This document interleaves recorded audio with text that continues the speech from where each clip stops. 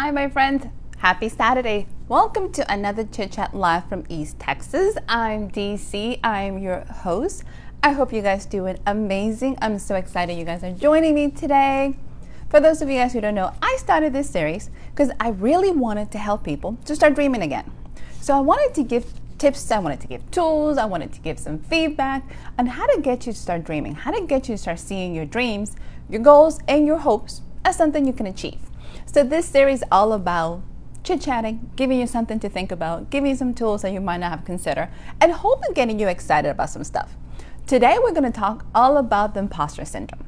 And some of you guys might have heard of it. Some of you guys might be familiar with the feeling, but not the term. So I want to talk all about it today. But before we do, my friends, go ahead, give this video a like. If you're watching the replay, give it a like as well. Share with somebody, invite people to join us. I'm a true believer. Really, growth is better when we do it together. So please, my friends, share it, invite, tell everybody about it. As always, if you have any questions throughout this show, put it in the comments. I'm going to be looking down my screen to make sure that I don't miss anything. If you have questions, put in there. We'll be looking at it throughout the program. If you're watching the replay, also put your comments in there. I go throughout the week and make sure that I reply. If you have a question for me, you want to ask me directly, send me a message privately or send me an email. I'm here to answer your questions. So today I want to jump right in. I want to talk all about the imposter syndrome. Some people might not be familiar. I honestly was not familiar with this term till around a couple years ago, and it kind of hit me really hard, probably because I was suffering from it above all else. So before we start diving into it, what it is, who is talking about it, let me give you a definition that I really enjoy. So kind of take a look at this with me. This is actually from psychologytoday.com and is what they describe as the imposter syndrome. So I want you guys to look at it. I'm going to give you a quick reading just in case you're not able to read it with me, you're driving. Here's what it is. The feeling of not deserving your achievements. It is that feeling of that everything people are saying about you is not true. It is the feeling that you're not competent or intelligent enough and that somebody sooner or later is going to find out. So this definition has a lot of it in it. One of the key things I want you guys to think about is it always starts with a feeling. It doesn't mean it's based on actual or facts. It's not maybe your condition. It might not be your situation or somebody you might know, might not be you specifically, but it's all based on feelings. And as much as we talked about it, feelings make things true. If you're believing something, you're going to bring it into fruition. So if you're feeling this way, whether the reality is different or not, you're going to bring this into yourself. And one of the things, I want to give you an example, kind of put it in perspective. Because the first time I literally experienced this, so I learned about it, is when I first started writing. So one of the things I tell everybody, my background's in filmmaking. I am used to being behind the scenes. I'm a storyteller. This is my passion and love. But it wasn't until I started truly writing and becoming an author that I had these strange feelings that I wasn't good enough. I wasn't an author. I have no idea what I was. I had several books out, and in the back of my mind, I still didn't feel like I belonged. I was in this tribe, and if anybody at any point in time would have realized the truth, they would have kicked me out. That was the back of my mind. That's kind of that imposter syndrome. I was here, but if people really figure it out, they were going to kick me out. So it is that fear of not belonging. And it became very, very real. And I have said this story prior to, so I want to share again with you guys. A couple years ago, I decided I was going to go to a huge event. I signed up to go to the Texas Library Association annual convention. Huge. That year was taking place in Austin, huge convention center. And I actually was able to get a booth, which I was ecstatic. So I was really proud of myself. I drove down to Austin. And for those of you guys who have been listening for me for a while, you know driving is not my thing. If we all have our Achilles heels, driving, this is it. This is like one of those deep-seated fears that I'm always conquering. So I drove 5.5, almost 6 hours from Texarkana to Austin by myself, which huge victory. I should have been celebrating to get to the convention. I made it in time. They were doing a night VIP first for like special librarians. It was awesome. They were going to have wine and all sorts of great goodies. So as I get there and I'm setting up, and at this point in time, been on the road for 6 hours, I'm a little tired, and reality hit. Like as I finished setting up this booth and I'm looking around, I get to see some of the biggest, and I say biggest, publishers in the business. Like, I look across the hall and Scholastic is there. I have a 10 by 10 booth, pretty much decent size for one single author. I'm looking across the room and they don't have a booth. They have an entire section. We got lights going, there's stuff from the ceiling, they got prepping people to pass books out, they have, you name it, they have it. Posters, everything you can possibly imagine is in this room. And it's all about them. And if you guys remember, Scholastics is usually the book company that most of us are experiencing when we're growing up. So they've been around forever. I'm in this room looking across the hall and I'm going, oh my God, what am I doing here? And in that moment, I literally have my own panic attack. Let's just be honest. I'm panicking, sweating. I don't know what I'm doing here. I'm having this moment. So I pick up the phone, call my baby brother, and I'm like, oh my God. And he's like, oh, you made it. You're great. How are you feeling? And I was like, I don't belong. I'm a tiny fish in this pond and there's some huge people here. What am I doing? What was I thinking? I need to get out. And he does, and he did what most brothers and most people in our lives who are truly aware of who we are tend to do. They bring us back down. And he said the words that completely have changed the way I see myself, and anytime I talk to new authors that I try to give them the same thing. He said it in the most calmest tone, but you're in the pond. That's it. Those simple words change how I felt. It doesn't matter how big or how small I felt, I was, or they were, I was still in the pond. I was still an author. I was still creating words. I was still telling stories. I was not, and at this point not as big as Scholastics, but I'm still creating and my words are hitting home and people were enjoying it. But it was truly that sense of that imposter syndrome. You know, it took me, and I kind of joke about it, it took 5 books for me to truly feel like an author. So when people ask, and especially my brother, so what were you before? No idea. I felt like a fake. I felt like I was playing it. The imposter syndrome has a way of telling us that our achievements are merely luck. They're not because we did it. It wasn't because we committed. It wasn't because of our talent. It was because of luck. Something happened, the stars aligned, and things got together. It's not because we actually deserve it. So when you're thinking about it and looking back at this definition, my friends, it's all about feelings. It is that feeling that somebody's truly going to discover that we don't belong and that we're just faking it. So this is pretty huge for all of us because at some point in time, we might experience it. So here's the interesting part is, when I first started out, I have never heard the term. But according to the International Science Journal, the International Journal of Science, they said over 70% of the population are suffering from this. They have either experienced it, they have faced it. 70%. That means anytime you go in a room, 7 out of 10 people have been feeling this way. The interesting thing is I have been to author conventions. I have been to signing events in a group full of my peers. And if the studies are true, the stats are correct, 7 out of 10 of us would have been feeling the same way. And yet none of us are talking about it. We're not discussing it. We're not mentioning it. We have this belief that we're supposed to portray a certain persona. The problem with the persona is that we don't believe it. We truly think we're faking it. And we have this sense of, oh my God, I'm here, but if they realize I don't belong, they're gonna kick me out. That's kind of what those demons in the back of our heads are saying. I'm not exactly sure where they come from, who came up with this theory, but it is very real in many of us. The interesting thing is, I didn't realize what the term was, but the studies in this have been going on since 1978. So over 40 years of studies in this field of what most of us are considering. So here's a question. Who actually suffers from it?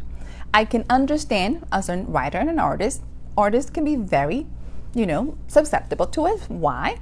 Because we live in a world where we're comparing ourselves. Every single person of us, whether you feel you're in, you're comparing yourself to somebody. It's hard to remember when you're looking across the hall, Scholastics per se, that everybody started out somewhere not as big. So this is the interesting part is, it is not set to one demographic, which I was very surprised. It is actually hit males, females, the same. And it doesn't matter the industry, whether you are a professional in corporate world, marketing, artist, anything you can imagine. The imposter syndrome is across the board. So studies have been going on, like I said, for over 40 years into why. What is going on? So with anything scientists study, remember, everybody has their own school of thought. Where did this come from? Who created? Who's accepted? So one of the things is you're going to hear different studies. A couple of the studies says, anxieties and panic trigger it, which could be a possibility. Neurotism does it. Or even one of the ones that I thought was interesting is your upbringing. According to some scientists is, if you were brought up in a household that had really strict requirements and you had to perform well, you had to be validated, you're more susceptible to be hit with imposter syndrome. Do we agree, disagree? It's just kind of things to think about. Who is it? Anybody can be affected. The one thing I enjoyed is, as you do research in anything, there's a lot more science available. There's a lot more data and information that we can look. One of the things and one of my favorite data right now is by Dr. Valerie John. So she's been around for a while. She has a couple books. But what she has to figure it out is there's 5 specific, she says, imposter syndrome. You can put them personality types, whatever you want to describe it, that are more susceptible to be hit with the imposter syndrome. So I want us to kind of go over them today. With that in mind, like everything else, like anytime I'm talking to you guys, I'm looking in the mirror and going, ooh, that hit home. That's a little touchy, primarily because I know what it feels like to have this strange feeling in the back of your mind that no matter how hard you work, you're not belonging. Here's the interesting thing, my friends, that I found it amazing when I seriously thought about it is, I joined the military right after college.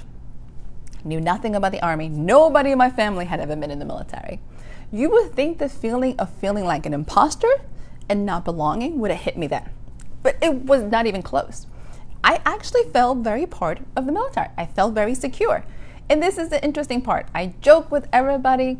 My drill sergeants tell me I was the most improved soldier ever they had in my platoon. That's not very hard when you start out sucking. Let's be honest. When you start out not being very good at anything, couldn't run, couldn't do push-ups, that was not my thing. So improving does not take a lot of effort, at least in my mind, to get better when you're starting really low. Not a big deal. But I didn't feel like I did as a writer. There wasn't this sense of not belonging. One of the things that I realized to me is my passion, my heart's desire is in storytelling. There is that sense of wanting to do well. I wanted to impress people. I wanted people to like my works. In the military, I loved what I did, had a blast in my career, enjoyed my friendships, but there wasn't that emotional connection that I had. I didn't feel like I had to prove myself. I just realized I have no idea what I'm doing, so I did my best. I had a much more learner's mentality. As a writer, I really want people to enjoy what I do, which became interesting. So let's go over these personalities. I want you guys to think about it. If you're a self-analyzer like I am, take some notes. If you're looking at these things and going, that might hit home, trust me, been there. I'm right there with you. So let's take a look at them. Tell me what you guys think. So the very first one, and I'm going to give you a little bit more definition as I have them here, so you guys can kind of bear with me. So think about it this way.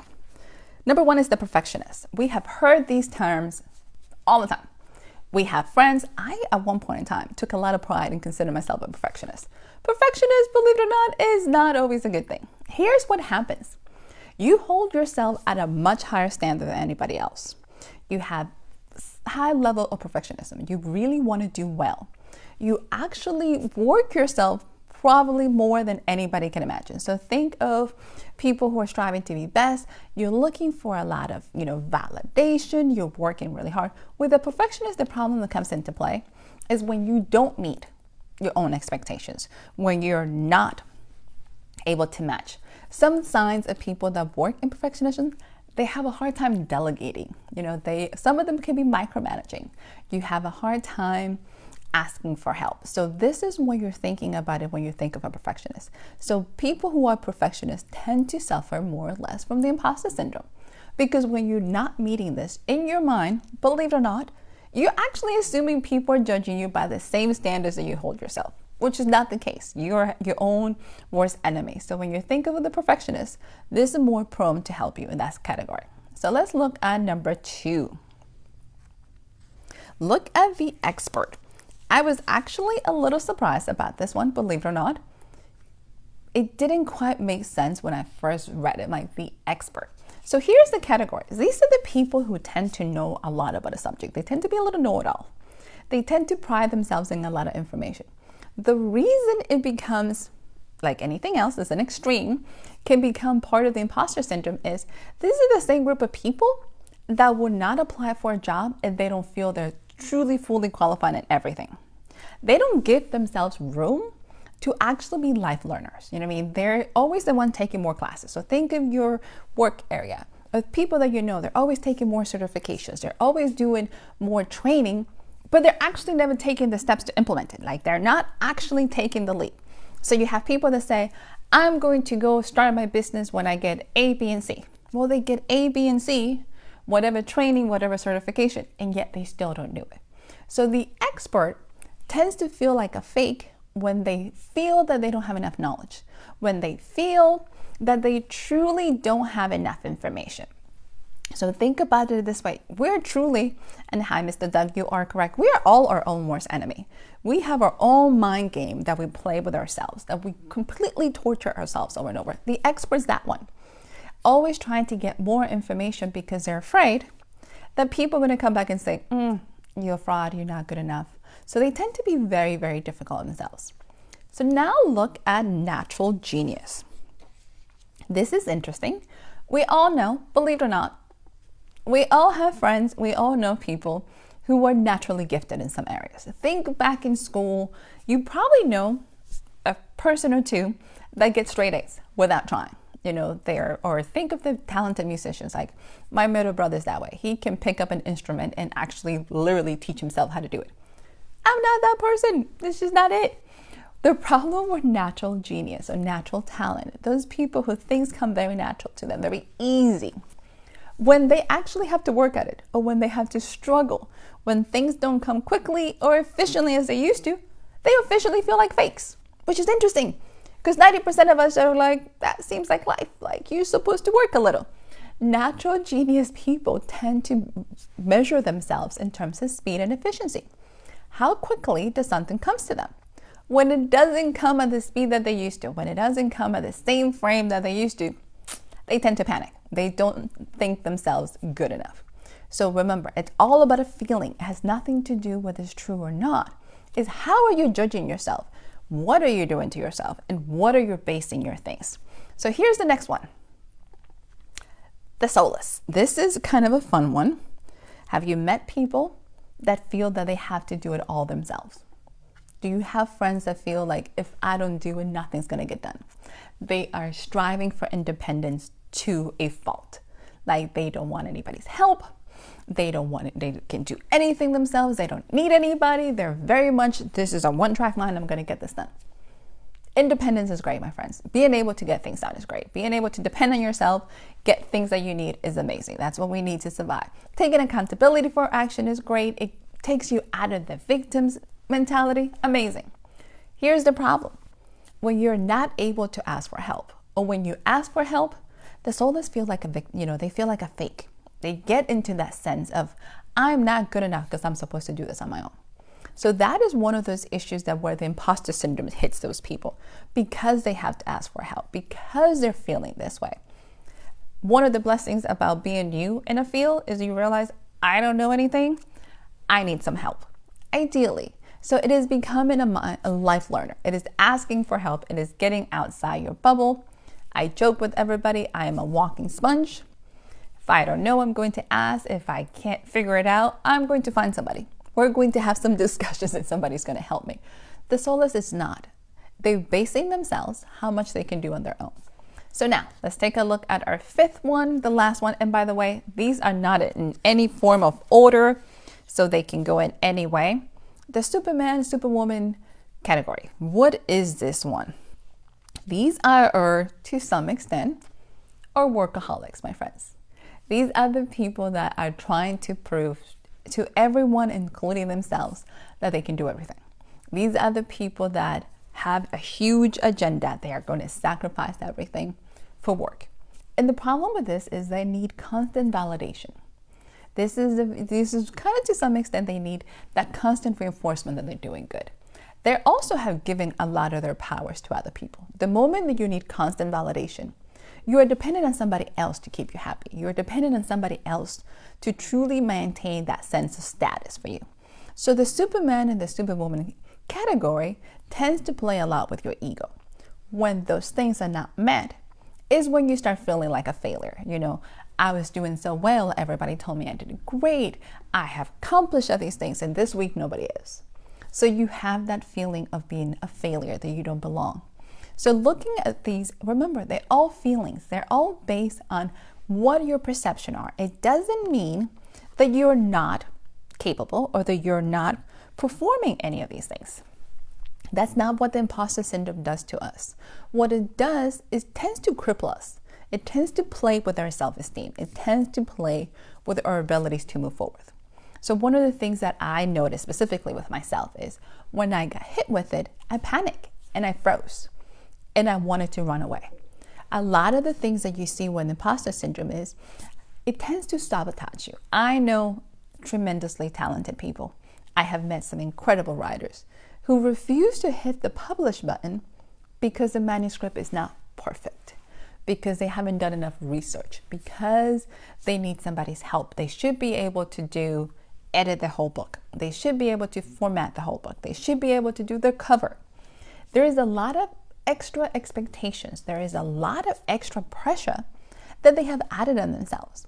So in terms, when you're looking at it, nothing gets done. So there is this sense of self-sabotage. That's what I call it. We sometimes don't need the dream assassins to kill our dreams. We do it ourselves. And one of the things that happens is we let the voices in our heads talk to us and kind of fill us with fear, fill us with doubt, fill us with this sense of, I shouldn't be here. I don't belong. They're going to find out. What are people going to think? That's what the imposter syndrome is. So I've given you a whole bunch of stuff to think about. So the good news is, and this is where there's always good news, thank the Lord, because we're talking about feelings, there's something you can do about it. That's the best part, my friends. We're definitely talking about acknowledging it. So here's the part. I feel like G.I. Joe, knowing is half of the battle. Absolutely. Here's what comes into play. Like a feeling or any feeling you're having, the first thing to do is truly acknowledge that you're having it. Most of the times we feel, especially in our society, and because we're convinced that we're adults and we have to do that adult thing, we tend to dismiss them. We don't want to face them. We don't want to think about it. We don't want to acknowledge them. We just want to push them aside and move them away. Like we just don't want to deal with them. That's usually very counterproductive. Anytime you repress a feeling, anytime that you push it aside, it eventually will come back and bubble. And it will come in the worst and the most inappropriate time. Let's be honest. It happens a lot. So when you're thinking of this imposter syndrome, the first thing you have to realize is you're going through it. Acknowledge it. Be able to understand where it's coming from. And it's simple. It's a fear. It's a feeling of not feeling inadequate and not feeling good enough that you don't belong. It is those feelings of, why am I here? They're going to figure out that I'm a fake. So go back and understand that it is not true. It is not actually based on factual information. It's just a fear coming to you. So when you're looking at it, go back and say, where is it coming from? Is it based on any merit whatsoever? You might be surprised and be like, no, this is based on nothing. There's nothing factual about this. And just let it go. So when I teach meditation, I try to tell people, everybody thinks of meditation of, I need to clear my mind of every possible thought. My friends, that's impossible. That's not the concept of meditation. Meditation is not about going to a blank space. If it was, that would be amazing. I'll be trying to get there. The concept of meditation is to help you to be detached to some extent. One of the things we try to do is to teach you not to hold on to the thoughts. So think about watching television. You have your remote control and pretty much you're changing the channel. You don't see something you like, you change the channel. It didn't work, you change the channel. It's the same things with your thoughts and to some extent with your feelings. You see it, you acknowledge it, change the channel. See it, acknowledge, change the channel. And you just keep letting it go. The help about it is you eventually become a lot quicker at letting these go. You become a lot more comfortable being uncomfortable, believe it or not. It is probably the hardest feeling is to feel that sense of like, you're at ease, you're tense, you're not sure what to do. Take a breath, my friends. Like any panic attack, take a long breath.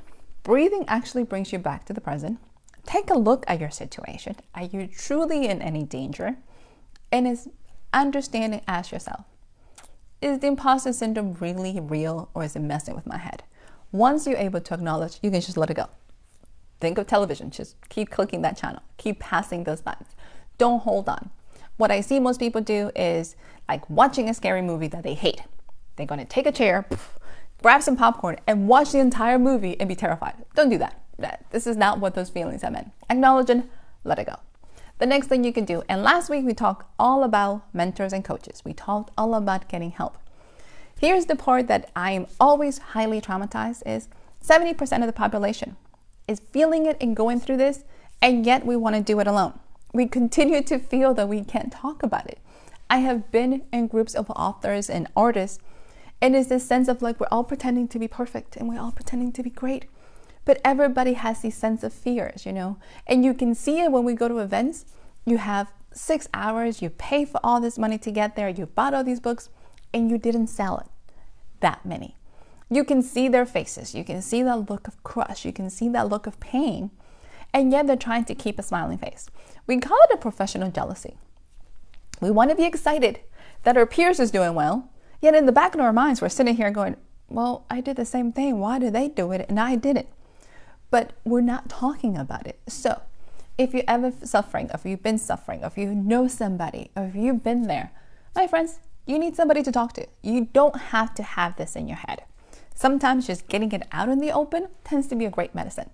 So whether you have a really good friend that you can share with, or have a mentor, get a coach, make sure you bring this out into the open. But like every confession, this is what I tell people. Make sure you have somebody that you can trust. Make sure you have somebody, my friends, that understands and is sensitive enough to the situation. You don't need somebody to belittle you. You're not looking for somebody to pass judgment. That's not the case. So when you're looking for mentorship, when you're looking for somebody to give you advice, make sure it's somebody who is truly going to give you really good critical analysis that is actually going to be in a loving fashion. You don't want to be tear down even more than you were before. So as you're looking at it and you start thinking, DC, yes, I've been through this. I understand it. I haven't.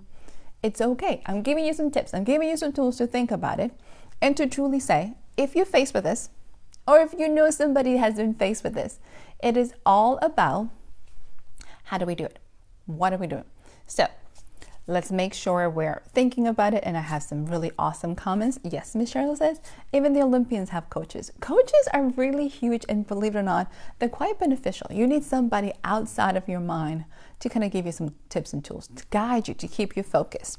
So I hope this has been helpful. The first time I was introduced to the imposter syndrome, I was blown away because I finally found somebody that understood. I finally had that sense, oh my God, I'm not by myself. I'm not alone. And then I was able to do something about it. I was able to look at the situation and say, it's all about my feelings. I can actually take a hold of my feelings. I can control my feelings. I can tell myself and I can walk through it. And I did have a mentor that actually helped me to say it. One of the things my mentor says that I love him to death, Paul Martinelli says, you will never be given an idea without the resources to do it. So if it makes you feel better, you're not alone. You're not going through these things. So for anybody who's thinking about it, you have any questions, send me a note. I can definitely walk you through this. We can do this together. You don't have to do it alone. So I do hope this was beneficial. If you have never heard of the imposter syndrome, now you know. If you know somebody going through it, now you can give them some tips and understand. Well, what they're saying might not make any sense to you. You might be going like my brother, trying to rationalize what is it that I'm going through. You have to remember, it's all about a feeling. The feeling doesn't have to have a rational connotation, but is very real for the person. And the more they believe it, the more real it becomes. And the more they will start self-sabotaging themselves. So you can now give them some tools, give them some tips to get out of their head, click the channel, and be able to acknowledge that those feelings are normal.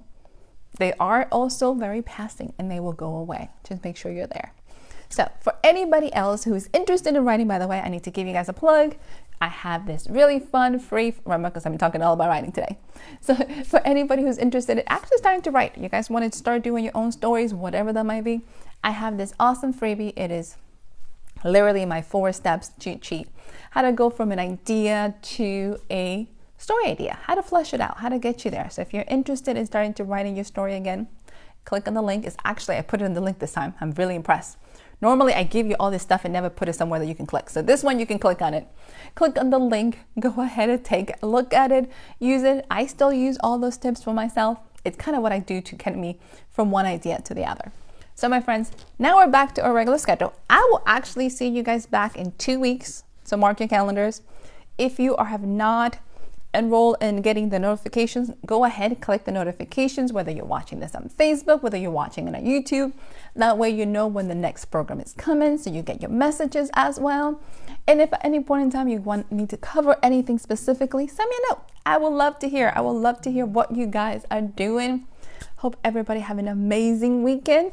I have another rainy Saturday here in Texas, so eventually we'll get pretty, but it's all good. And like usual, my friends, please know that I have faith in you. Please know that I believe. And please know that I'm praying every day that you guys start living your best life now. Like usual, have an amazing weekend. Many, many blessings, my friends. And I'll see you back in 2 weeks. Bye, everyone.